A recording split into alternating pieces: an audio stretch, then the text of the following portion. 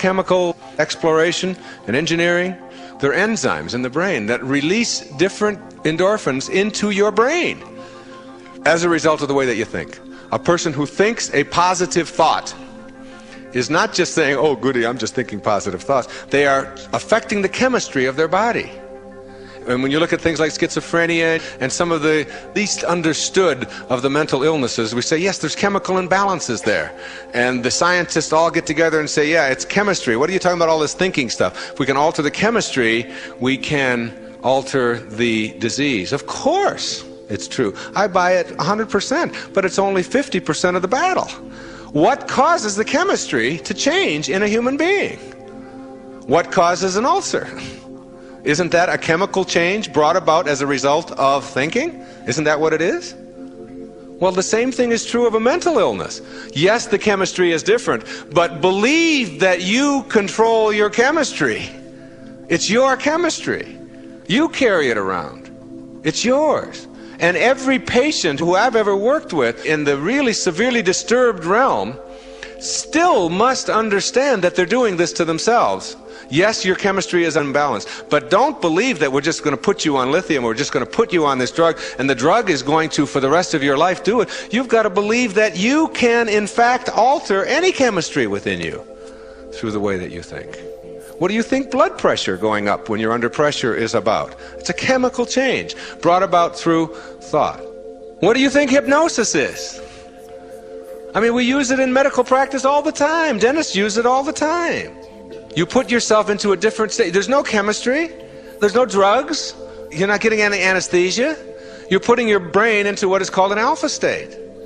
And in that state, that you change through thought, which is everything. Remember, it's what you are. Thought is what you are. Thought is also what your husband is and what your children are. It's just your perceptions of them. That's all you get. You can't get to the process of what that human being is. You can only get to one level removed from the process and accept them for what they are in the process that they are. And when you put yourself into this state in a dentist chair, they can drill all day. They can do root canals. And you can think of just anything that you want to. And my dentist told me, Sid Weber, who used to be my dentist when I was living up here, told me that when he was undergoing training to learn this hypnotism, someone told him that he would give a post-hypnotic suggestion that his wedding ring was very hot and that he wouldn't be able to stand the heat of it, so that when that suggestion was given, his mind would go into this other state and he would have to take it off because it would be very uncomfortable. And he went through this thing, and then he mentioned the word, the hypnotic suggestion, and his finger started getting very hot, and he couldn't get the ring off because it was swollen. And he finally, after a lot of struggling, he got it off, and there was like a 3rd-degree burn around his finger. And this is a guy right here in town who's a practicing dentist. And the stories of the kinds of things that you can do through thought are not some magic boogaboo kind of thing. The man in India that we're talking about, who has an ashram in southern India, he's supposedly the highest spiritual being on our planet. He's this peaceful, beautiful human being who can make ashes like come out of the air. He's pulling dust out of the air through his belief in it. And everybody's going, ooh, how do you do that? I got to get you on the Merv Griffin show. For him, it's just as easy as it is for you to get up and brush your teeth in the morning. It's because of the pureness of that thinking system. I can control my thoughts. Store that away. My feelings come from my thoughts. My emotions, my angers, my hatreds, my love, my positive emotions, my negative emotions are all preceded by thoughts. They're the result of thoughts. They're the physiological reactions to thoughts. And emotions, which are very vital and very important to each one of us, can in fact be controlled by our thoughts in positive ways. I'm not an anti-emotion person. I'm not someone who believes that you shouldn't be emotional. I'm saying your emotions should never be immobilizing. They should never be defended as something that you use to keep yourself from being all that you can be, or explaining it all away because I'm just this kind of person. I've always been this way. I can't help it. That's my nature. That's the kind of person I am. You are the kind of person you have chosen to be as a result of how you use what you are, the pureness of your thought. It's all that you are. Your form is leaving. It's changing. And that little tiny drop of protoplasm that once was you Everything was programmed in you. Every hair that you have and every one that fell out. It was in that little drop of protoplasm, all right?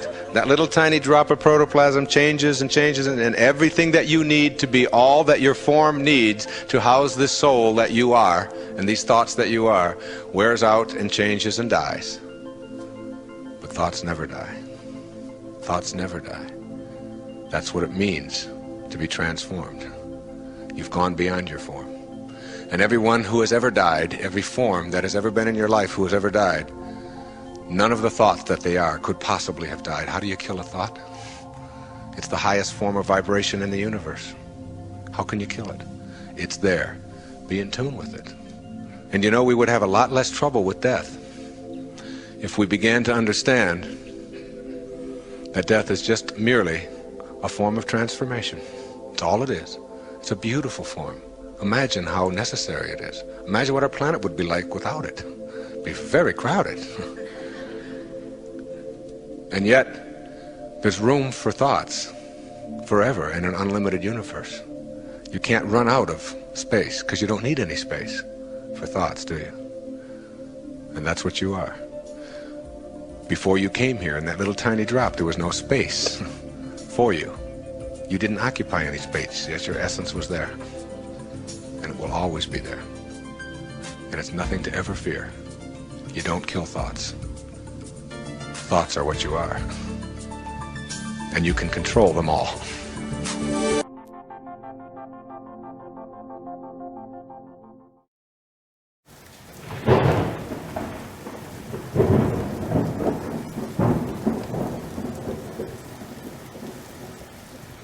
It's always more important to know where you've been as opposed to where you're going, because where you've been is going to help direct you to where you are going. Yeah.